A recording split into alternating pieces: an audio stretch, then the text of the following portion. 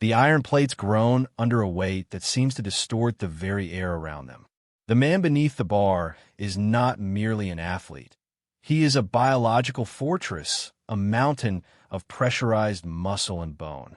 To the witnesses in the gym, this is the absolute definition of power, the ability to move a static, massive object against the crushing will of gravity. The Titan exhales, a sound like a steam engine venting, and racks the weight with a thunderous clatter that vibrates through the concrete floor. He stands up, his shadow swallowing the light, and looks at the smaller man leaning quietly against a nearby pillar. The Titan smiles, a friendly, confident expression born from the certainty that he has mastered the physical world. He sees a man who weighs less than one of his own thighs and wonders, with sincere curiosity, what power could possibly mean to someone so slight. He believes that strength is a math equation involving mass and steel, and that the man before him is a poet in a world that requires hammers.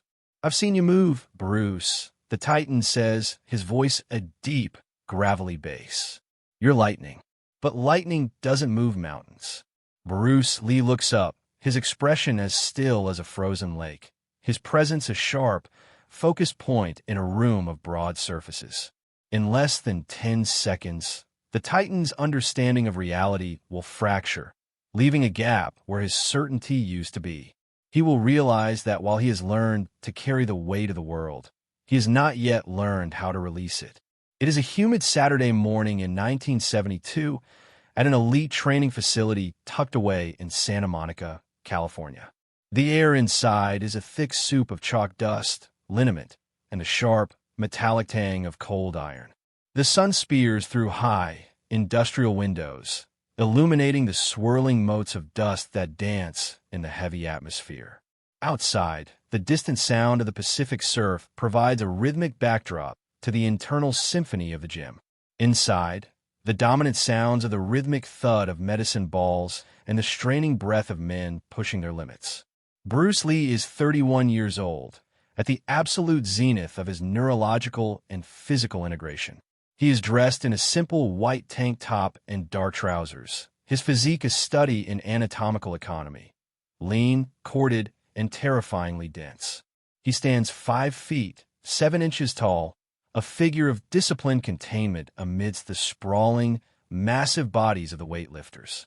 His behavior is not that of a celebrity, but of a quiet observer, a man who studies the physics of everything around him. The antagonist in this ideological collision is a man who embodies the pinnacle of resistance training, the legend of the Iron Game. He represents the temple of mass, the belief that power is a visible, tangible armor that one wears to protect the self and dominate the environment. He looks at Bruce's slender wrists and sees a lack of the leverage he considers necessary for true impact. "I respect the speed," the Titan repeats, his tone respectful but filled with the bias of the heavy lifter. "But mass moves mass. That's just physics." Bruce pushes off the pillar, his movements fluid and silent, like oil moving over silk.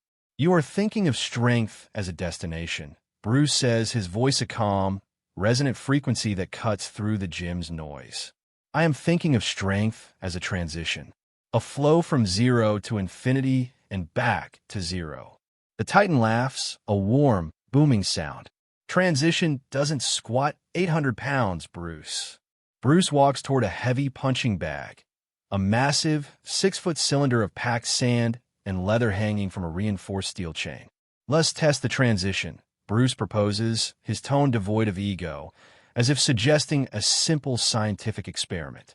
He asks the Titan to stand on the other side of the bag and brace it with his entire body to become an unmovable anchor. The Titan complies, grinning, wrapping his massive arms around the leather, digging his heels into the rubber matting. He is a wall of 300 pounds of muscle bracing a 200-pound bag. He is, for all intents and purposes, a part of the building. "Ready when you are, little man," the Titan says, his chest expanded, his core tensed into a block of granite. Bruce stands within 6 inches of the bag. He doesn't take a stance. He doesn't breathe heavily. He doesn't gather himself. He simply stands there, his hands hanging by his sides, his shoulders dropped and completely loose. The gym falls into a sudden, expectant silence. The other lifters stop their sets, sensing the weight of the moment. Bruce raises his right hand, placing his knuckles lightly against the leather, barely touching the surface. There is no wind-up. There is no visible contraction of his bicep. There is only a fraction of a second of absolute stillness. Then, a sound like a gunshot echoes through the facility, a sharp, dry crack that seems to originate from inside the bag itself. The Titan's eyes widen as a wave of kinetic energy, invisible and absolute, travels through the sand and into his sternum. The massive man, despite his braced legs and locked arms, is propelled backward as if struck by a hydraulic ram. His feet lose their grip on the mat. His lungs involuntarily expel air in a ragged, shocked gasp.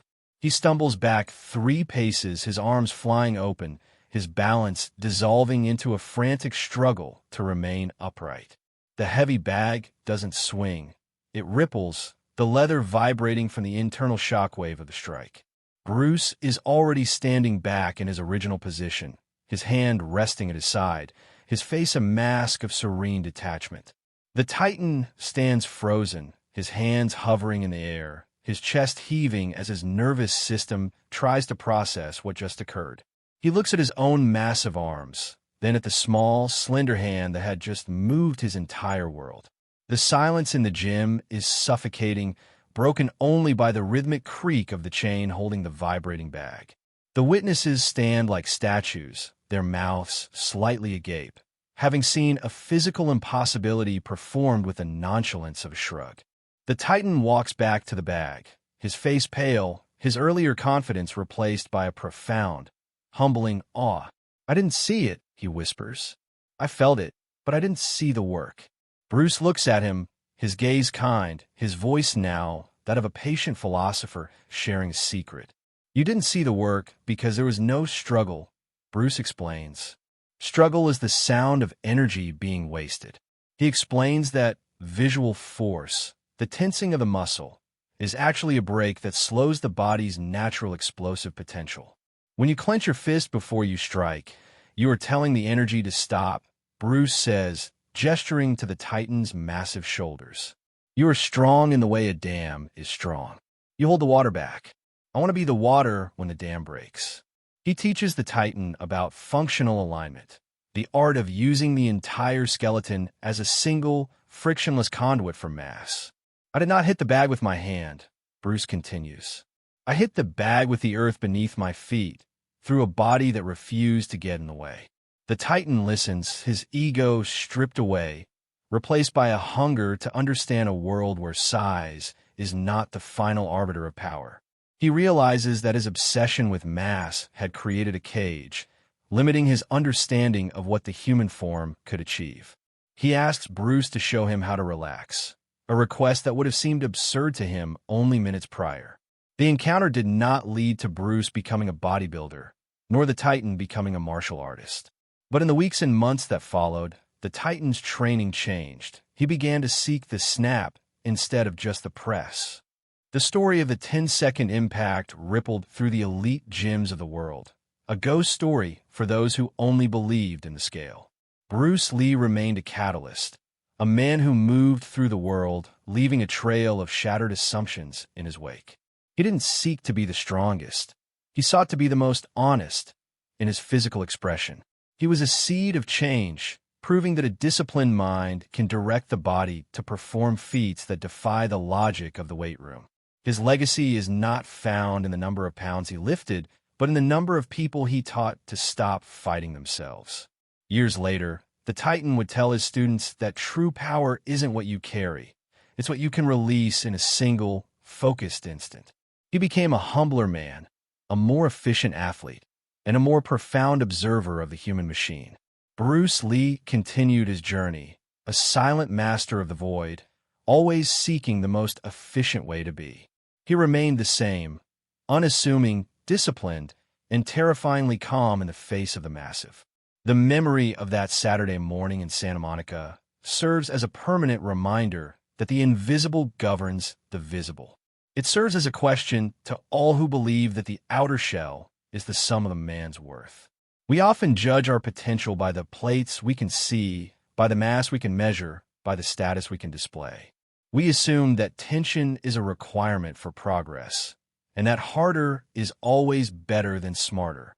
But the most devastating forces in nature, the earthquake, the tsunami, the bolt of lightning, are often preceded by a profound stillness. Are you building a body that is a fortress or a body that is a bridge? Are you holding the weight of the world, or are you letting the world move through you? 10 seconds were enough to change a legend's life forever. How many seconds will you spend before you realize that your own tension is your only true opponent? The silence is the beginning of the answer. Follow Bruce Lee, Beyond the Fight, for more. True power begins before the fight.